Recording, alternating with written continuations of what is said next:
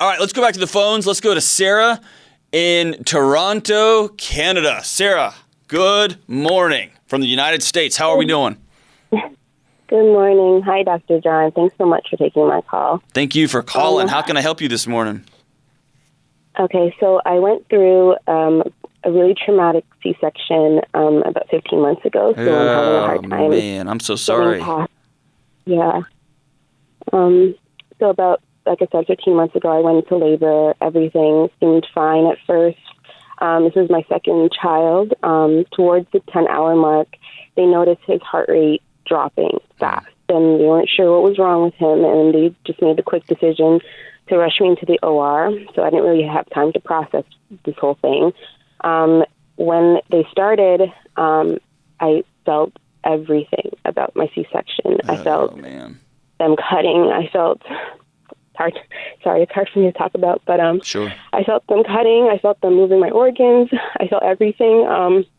I remember pleading with the anesthesiologist, pleading with my husband. He was in the room. He was having a hard time hearing me because I was just so weak. Mm-hmm. I remember going in and out of consciousness, blacking out a lot. I felt like I was having panic attacks while they were having surgery, while I was having the surgery. The whole thing lasted about 8 minutes, and towards the end, they finally drugged me up with something, and I just knocked out for hours. So now it's been a little over a year. I just get really intense flashbacks. Mm-hmm. Thankfully, they're not daily. I can look at my son, I can see my scar, and I'm not traumatized daily, but I get the random flashbacks, and I just don't know how to move past. And it brings up a lot of anxiety for future surgeries, a lot of fear attached to it as well. That was my first ever surgery, and I just don't know how I would handle the thought of having another one or having more kids in case I need another C-section. So I just would like, if you have any advice to give. Yeah, there's a lot here. First and foremost, that sucks. Nobody should ever have to go through that. And I want you to know, Sarah, that's not the way it's supposed to be. And I hate that you went through that, okay? I want you to hear that. The second thing is one of my little throwaway lines, my little, I don't know, they're little Pinteresty quotes that don't mean a whole lot, actually mean something in this moment. And anxiety is fear of the future, right? It's this inability to control what's happening, especially what may. We don't know what's going to happen tomorrow, the next day, or the next day. In your case, this transcends anxiety. This is true fear because you have been in a situation where you lost control, and the people that we all as a community, as a culture, trust to take care of us in those moments, medical professionals, they failed you. Okay? And I don't think they failed you on purpose. I don't think anybody enters those moments to do that.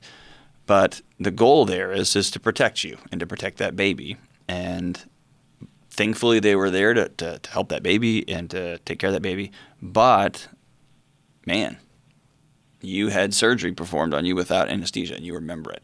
And so these flashbacks are ways that your body reminds you to never let that happen again. And that's the work that you need to do. Have you gone to see somebody? I know a lot of my family members have told me to speak with my doctors, speak with a therapist. I think my fear with that is I don't want to be put in a dark place. I know it's going to be a journey. I know it's not going to be a one quick fix, one session I can go to. So I know I need to go through it for a while. And my mind, I'm not sure if I can handle that. I know that's what you need to do, but it's just hard to think of speaking about it often and going to that dark place often. But yeah, I know I need to speak with someone. So here's the thing. With an acute trauma like this, and acute means like a laser beam or a razor. Think about it very sharp and direct, okay? With an acute trauma, the exit is often not as lengthy and painful as you think it might be. You are right. You're going to have to go there. If you find a great therapist who can do things like EMDR or I've seen some neat stuff with brain spotting, even TFCBT, which is trauma-focused cognitive behavioral therapy. It's usually for children, but in moments like this can be really powerful. You're not talking a whole bunch of sessions. You're talking about 10 or 11. And those sessions are broken up in how to talk to yourself, how to learn to self-regulate when those thoughts pop in your head. And then you go through that trauma again, and then you go out the back end of it. And there's a remarkable cathartic moment. The research efficacy on those programs is really extensive. It's really extraordinary. EMDR moments to help your brain reset itself. I want you to do a fun exercise for me, okay? Okay. So I want you to close your eyes. And I'm going to take this directly from David Kessler, who is the grief and trauma expert on planet Earth. I want you to close your eyes, and I want you to picture a purple elephant, okay? Okay. And I want you to picture a purple elephant in your driveway, just standing there with a hat on his head, okay? Do you have that picture in your head? Yeah. Okay, I want you to open your eyes. Now, what you have just done is prove to America and the entire world that you can control your thoughts. Okay? And so what a counselor will help you do in these moments is control those intrusive, painful thoughts that firebomb into your head out of nowhere. And what you will learn is that it's like a muscle, and that over time you will be able to slowly and you'll slowly grow that muscle to where you are stronger and stronger. To when that thought pops in there, you see your baby, and by this time he's going to be riding a tricycle around, and you flash to that moment, you'll be able to go, nope, not doing it. And literally you can move it out. But that's like me telling you right now, hey, you can just go to a CrossFit gym and just crank out 75 pull-ups, right? You got to practice that, and you need a coach, and you need someone to walk alongside you, and that's what a therapist is going to do.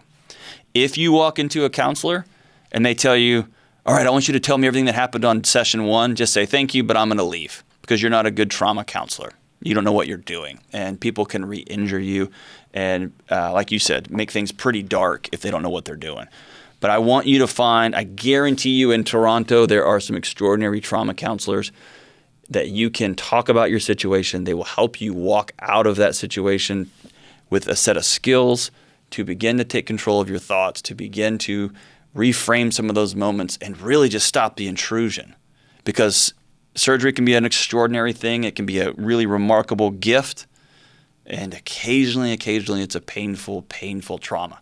So again, Sarah, I am so sorry that happened to you. That sucks. And here's the other thing. Don't lose the trauma here too. There's this innate trauma that my body didn't work like it was supposed to.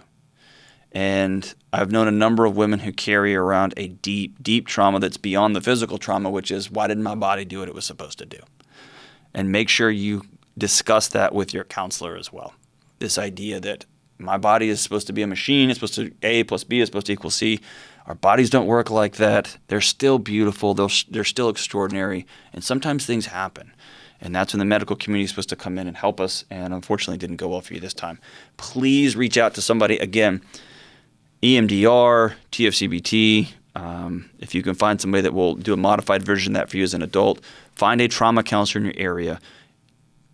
Bite down on your mouthpiece. Head into the ring there. Do the hard work to go get well. It will be worth it on the back end for you, for your husband, for those beautiful, beautiful kids of yours, and for whatever adventure you are going to co-create moving down the road.